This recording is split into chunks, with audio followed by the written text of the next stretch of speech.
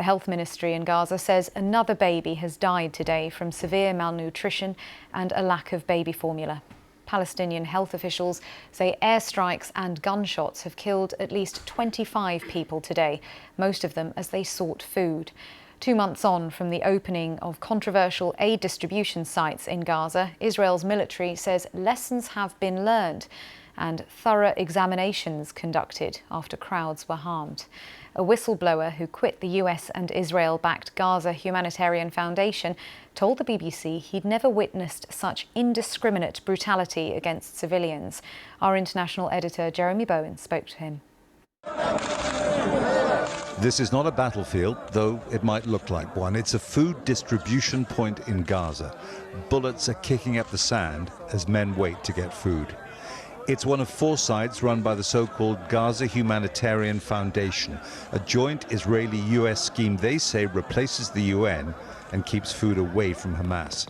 This video is of the foundation's armed American security guards opening fire.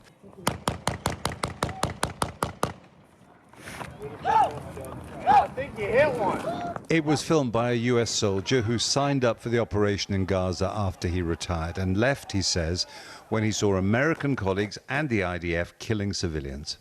The soldier is Lieutenant Colonel Anthony Aguilar, a Special Forces veteran of the US Army's Green Berets. He's in Washington. I spoke to him from a spot just near the Gaza border. I witnessed the Israeli Defense Forces shooting at the crowds of Palestinians. I witnessed the Israeli Defense Forces firing a main gun tank round from the Merkava tank into a crowd of people, destroying a car of civilians that were simply driving away from the site. I witnessed mortar rounds being fired at the crowds of people to keep them controlled. As a professional soldier with a very long career, what was your professional opinion of what was happening? My professional opinion of how the sites were established was what I would describe as amateur. Inexperienced, untrained, no idea of how to conduct operations of this magnitude. That would be my most benign assessment. In my most frank assessment, I would say that they're criminal.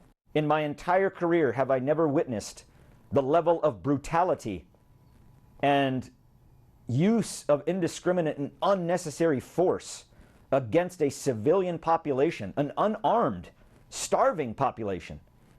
I've never witnessed that in all of the places I've been deployed to war until I was in Gaza at the hands of the IDF and US contractors. Based on the knowledge you have, do you think that you were a witness then to war crimes? I think you're saying that very emphatically. Without question, I witnessed war crimes. I witnessed war crimes being by the Israeli Defense Forces, without a doubt, using artillery rounds, mortar rounds, firing tank rounds into unarmed civilians is a war crime. People can resist hunger for a long time, but in the end their strength ebbs away and deaths can rise exponentially, and that is what seems to be happening now in Gaza. Israel insists its forces have not targeted civilians. Now we have eyewitness testimony to add to the considerable evidence that they've done so as a matter of routine. Jeremy Bowen, BBC News, Jerusalem. Well, Israel has said it would now allow foreign powers to carry out aid drops into Gaza.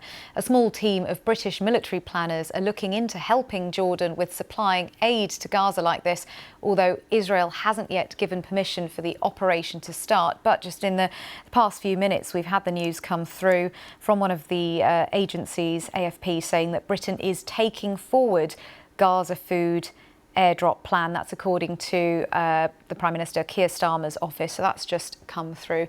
But meanwhile, Médecins Sans Frontières project coordinator in Gaza City, Caroline Willman, told the BBC that restarting airdrops wasn't enough and posed its own risks. Based on what we see, the very many malnourished patients that we have, there is for sure a desperate need for more aid to come in. Then if you think about the fact that there's 2 million people in the Gaza Strip right now desperate for food, it seems to me that airdrops might be something that helps, but it seems sufficient. On top of that, my concern would be as well, given the level of desperation that people have when you drop food from the sky like this, how will people get access to it? How would a single mother get access to that? Because obviously everybody's desperate. Everybody will go towards these places where food is dropped, and only the strongest, of which, let's be honest, everybody here is hungry. Everybody here should get access to aid, but the most vulnerable might not be able to access it because it will be a very chaotic scene. Caroline Willman from Médecins Sans Frontières there. Well, let's speak to Hugo Bashega, who's in Jerusalem for us. Hugo, some concerns from MSF there, and also a question of how soon the aid might be able to reach the people of Gaza who so desperately need it. Yeah, Lakshmi, we haven't had any kind of official announcement yet by the Israeli authorities, confirmation of when these aid drops might happen. But this Israeli announcement has been dismissed by the United Nations as a distraction. We've heard concerns there from Doctors Without Borders, aid organizations, saying that this way of delivering aid, of getting aid to people in Gaza is not only insufficient but also very risky, because you could have chaos, you could have violence, and some incidents there in Gaza. And I think what we're hearing here is that the United Nations, aid organizations, and a number of countries are saying that this crisis in Gaza is the result of the restrictions on the entry and distribution of aid that have been imposed by the Israeli authorities. Now, Israel dismisses the allegations, despite the overwhelming evidence that its policies are behind what we're seeing right now in Gaza, that a very limited amount of aid is getting in, and what is there is not reaching everyone. And what aid agencies are saying is that the only way to ease the crisis in Gaza, a worsening humanitarian crisis there, is by allowing the unrestricted entry and distribution of aid in the territory. And this is likely to only happen when there is a ceasefire deal in place. We know that these latest negotiations efforts have failed to reach a deal, so I don't think there is any hope that any kind of deal is imminent. And in the meantime, this crisis in Gaza continues. The Hamas-run health ministry this morning said that a 6-month-old baby identified as Zainab Abu Khalib died because of severe malnutrition and also a lack of baby formula. It means that at least 10 people have died in Gaza in the last 2 days alone because of malnutrition. Hugo Bashega in Jerusalem for us.